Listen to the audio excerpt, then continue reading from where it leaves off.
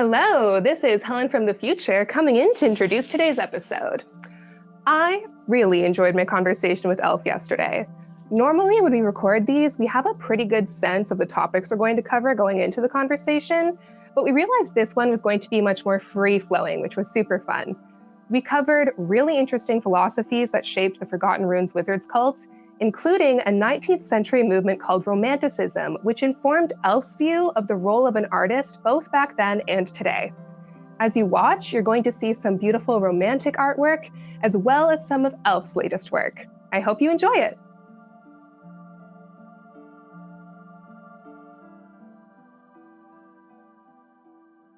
Welcome back to the Summoning Circle. Today, I am summoning someone from the Magic Machine team. Elf J Trul is the creative mind behind the original Forgotten Runes Wizards Cult NFT collection, and he oversees the universe's rich lore to this day. Please welcome Elf J Trul. Hey, how's it going? Hey, Helen, it's good. It's good to be here. Yeah, I appreciate you taking the time to talk with me. I'm really excited about the topics we're going to cover today, so let's just dive in. I really enjoyed your essay, The Artist and the Artificial Sublime, and I think there's value in exploring what you mean by the artificial sublime to start. This is really exciting stuff. Can you explain that idea to any of the people being introduced to it that are watching now? It's inspired by the romantic concept of the sublime. The romantics of the late 18th, early 19th century came up with this concept of the sublime. It's something that they found in nature, particularly any kind of natural scene that was vast and sort of incomprehensible, to the point that it would inspire equal parts awe and terror. And so like an example of this would be like a raging storm or enormous mountain vista or an endless desert. All of these things inspired awe and terror at the same time. And so this awe and terror reaction I'm seeing in artificial intelligence right now. It's this feeling that's sort of giving existential dread. It's making humanity sort of re-examine its place in the universe. So, AI it just feels so big and so overwhelming. Its implications are just so massive that I think we all, not just artists, but everybody now is just feeling equal parts fear and exhilaration. This is what I'm calling the artificial sublime, and it's brought to us by the machine. And so the paper I wrote recently, after drawing this comparison, I offer a way in which artists might be able to confront this new sublime, just as the Romantics did. And what's really interesting is that the Romantics, they were also reacting to the machine via the Industrial Revolution. But now in the 21st century, the artists must confront an entirely new machine. Anyway, I hope that explains sort of the reality of what the artificial sublime is. Certainly. So if I'm understanding correctly, you're making a case that today's artists can access the sublime through AI. They have that opportunity. Mm-hmm. Is this artificial sublime different from the sublime that romantics like Wordsworth found in Daffodils and Coleridge found in Xanadu? Like I said, this is an artificial sublime. It's not one that the Romantics found in the natural world. We're finding it in the artificial world. But yeah, I mean, it is the sublime accessed through the artificial, but the sublime itself is artificial in this case. Yep, exactly. Yeah. Whoa. Okay. Yeah. Because it's synthetic. It's brought to us by the machine, and yet it's still unbelievably overwhelming. It's still inspiring awe and terror. And so this paper is sort of how to confront it properly. And it is definitely an opportunity. I think one interesting thing is a lot of people want to call it just another tool. I think it's more than that. I don't think it's just a tool. I think all the machines the Industrial Revolution gave us were indeed tools. I think it's beyond a tool. If I may inject a little McLuhan here, McLuhan talks about machines, well, technology and media, anything humans conceive and create as extensions of ourselves. So it's a mistake to think of them as mere tools. They're us in a way. They extend our natural faculties. The alphabet extends our minds and our memories. If I write something down, that's an extension of memories, so I can conjure new thoughts now and reserve those ones for later. If I have a hammer, it's an extension of my arm. So when we think about what AI is for an extension of humanity, is it an extension of humanity? I'd love to hear your thoughts. Yeah, I mean, so that's the crazy thing. Like, unlike a hammer or unlike the alphabet, AI is doing all of that. It's doing all of those things. It's almost totally replacing us. I feel like it's going to be its own life form. It already almost is. I mean, sometimes when you're chatting with ChatGPT, it truly feels like another person. Yeah, I feel like I know its writing style for seeing it. If you talk about a symphony, I feel like ChatGPT was part of your story here. Yeah, I mean, and it's funny because, like, if you talk long enough with it, it reveals itself to be just a dumb machine, and you start to get this uncanny valley. But like, it's really good at mimicking humanity.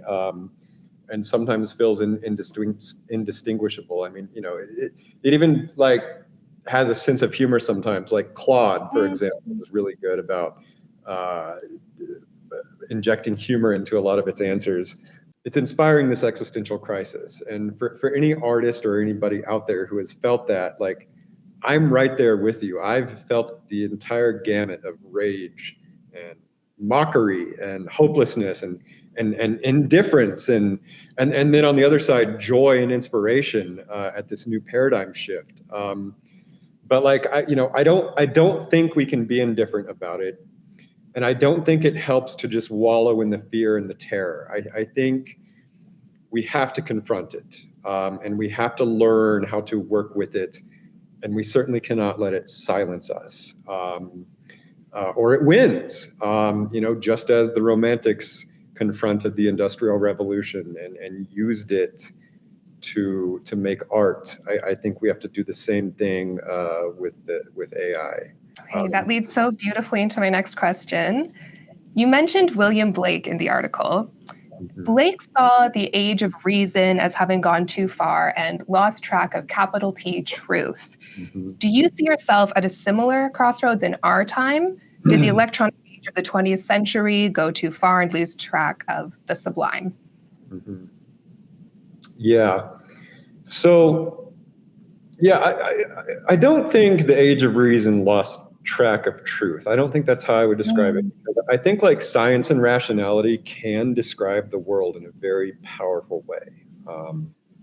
But it doesn't always describe the human condition in a satisfactory way. That capital T, baby. Yeah, I mean, because humanity craves beauty. It wants dreams. It wants a connection to the mysterious unknown. It doesn't want the magician to explain how the trick was performed. If you went to a show in Las Vegas and watched a magician like explain every trick after he performed it, it'd be so lame. And so, when Blake is looking at the burning tiger, he's talking about marveling at it and how impossible it would be to frame it. There's nothing more depressing than a tiger trapped in a cage at the zoo. It's, you would think like you want to see it, and then you see it, and it kills the soul. And so, but did the age of reason and the digital age go too far? No, I mean, ironically, I think the internet itself is now a primary culprit of this irrational reality distortion field, which we're now enduring. The machine, which was once hailed as this device for truth, or the internet, which was once thought to be this grand disseminator of truth, is now the primary vector for misinformation and conspiracy theory and fake news. And I think AI is only going to make this worse. So, I have a deep respect for Enlightenment values, and I wish our world was run more by them. I wish politics was based purely on values of the Enlightenment. But I think art should be more romantic. And Oh, that's beautiful. yeah, like art culture should be the place where I think romantic values are embraced, but like politics and infrastructure and the way the world is run should be more Enlightenment values. Right. So you're seeing this collective duty to balance the values of both the Age of Reason and the Romantics together all at once. Yes. That's how we have real truth. I think so. Yeah. Yeah. Okay. Gorgeous. We were talking before about how McLuhan introduced this idea of media and technology being more than mere tools, they're extensions of the self. He also talked about how when people mass adopt new technologies, they create new environments. And people need time to adapt to these new environments, to figure out their place in them. And that's how they maintain a sense of identity. But since the Industrial Revolution, technology has been advancing so fast that few people have had a chance to catch their breath. Despite all of this, you strike me as someone who's been able to maintain a sense of identity. Do you have any advice for any artists who are struggling to find their identities in such a technologically rich and possibly overwhelming time? Yeah, it does feel overwhelming, doesn't it? Yeah, it does. Yeah, and that's kind of what this essay was about. If I strike you as someone who's got a handle in it, I'm not. Oh no, my illusion is shattered. No, like I said earlier, I've felt the entire gamut of emotions, from just rage and indifference to joy and exhilaration. But yeah, I mean, I think like I said, we have to. I think we really have to learn how to contend with the machine, because if we don't, then we've lost. I think the entire 21st century is going to be defined by how humanity confronts the machine. And if my essay offers any kind of solution, it's to sort of treat the machine as an apprentice, not necessarily as a tool, but like a sorcerer's apprentice, if you will. If you've seen the piece in Disney's Fantasia where is the bumbling little sorcerer's apprentice, and I think he starts like meddling with this wizard's grimoire and miscasts some spells. I think the AI in this metaphor is Mickey, and we should be the master wizard, and we just have to wrangle it, and we have to work with it, and we have to like make sure it doesn't enchant the brooms to where it makes a mess in the laboratory. But we also can't treat it like just a mere tool. We almost have to augment ourselves with it. I mean, Ray Kurzweil talks about how with the encroaching technological singularity, humanity has to figure out a way to augment itself with the machine if it hopes to survive. So yeah, I mean, we can't ignore it. We can't wallow in fear. We have to figure out a way to work with it. And I think. What do you see as augmenting? Like, would you turn yourself into a cyborg to keep up? For you, is it more about personal philosophies, personal development, or is there a literal technological integration we need to make physically?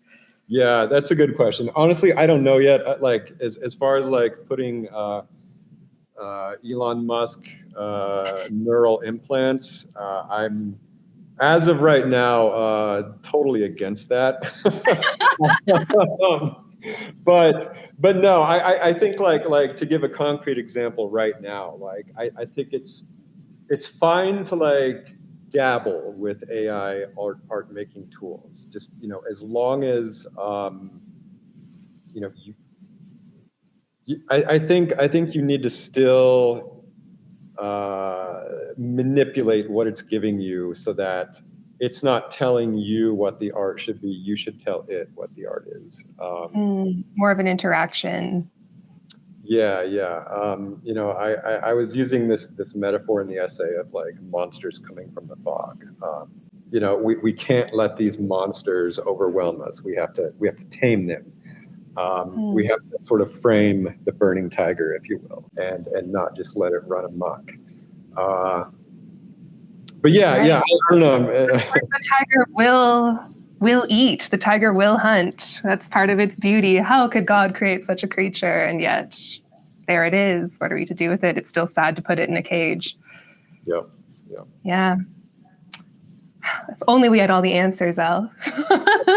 I know. Well, I mean, it's that's sort of what it's about. Just wrestling with the mystery, and it's not necessarily giving an answer, but just it's the battle itself. It's like wrestling with the angel, if you will. We're not necessarily trying to reach a conclusion. It's the battle that sort of defines what humanity is. Right. Oh, it's so clear to me how your beautiful mind came up with a metaphor of the singularity as magic exploding into the cosmos, which is what, of course, the Forgotten Runes Wizards cult is. It's cool to explore how you got here, Al. Okay, I have one more question for you. In Ode on a Grecian Urn by John Keats, a late romantic, he writes, "Beauty is truth, truth beauty. That is all ye know on earth and all ye need to know." Does beauty play a role in your idea of the artificial sublime? Absolutely. Yeah. That's such a good quote too. It sort of sums up the entire romantic movement. If I may, let me invoke Ouroboros, which is a very powerful archetypal being in Forgotten Runes. And yeah, earlier you and I were talking about these patterns that we see in history. If we look at art and literature, and we see this cycle of rationality and reason and logic consistently being counter with emotion and intuition and impulse. And so if we go all the way back to like the Greeks and the Romans, you had classicism and then Hellenism. And then in medieval Europe, you had the Romanesque and then the Gothic, and then the Renaissance and then the Baroque. And then in the New World, we had Enlightenment and Romanticism, Cubism and Surrealism, Impressionism, Post-Impressionism, Modernism, Postmodernism.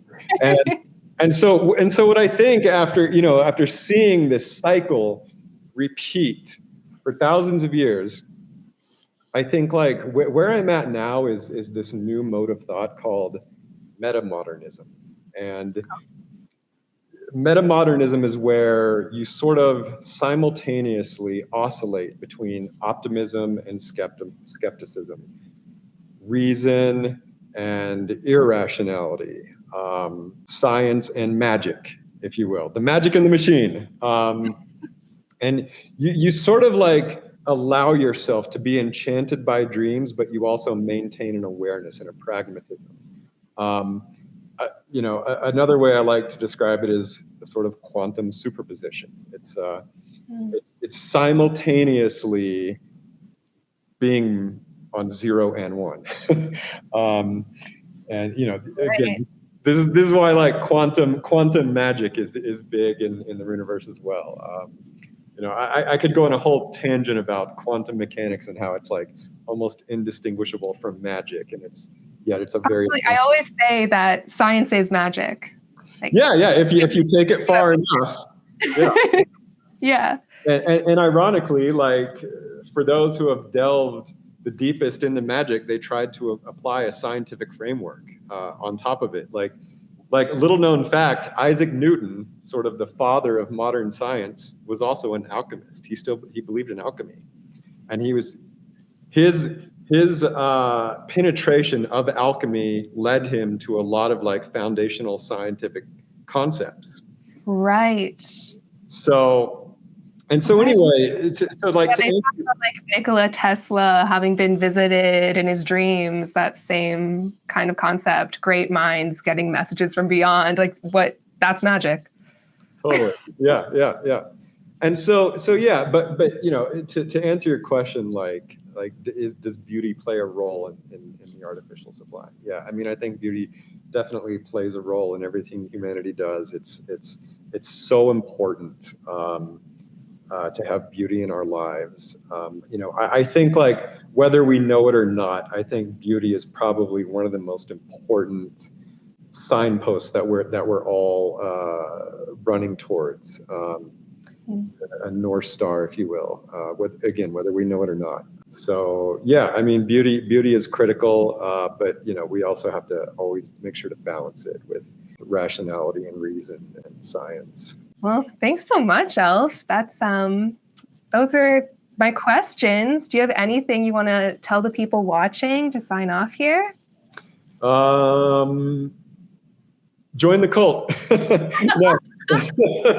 Yeah, no, I think like a lot of what we talked about today is in Forgotten Runes. You know, even this idea of I am my wizard is me. This idea that we're all flesh and blood human beings, but we are role playing these digital characters. You know, I think like Dean, you shared your lore with me just last night. You know, this idea of like creating a story in a world in a biography or fictional character is also about exploring yourself.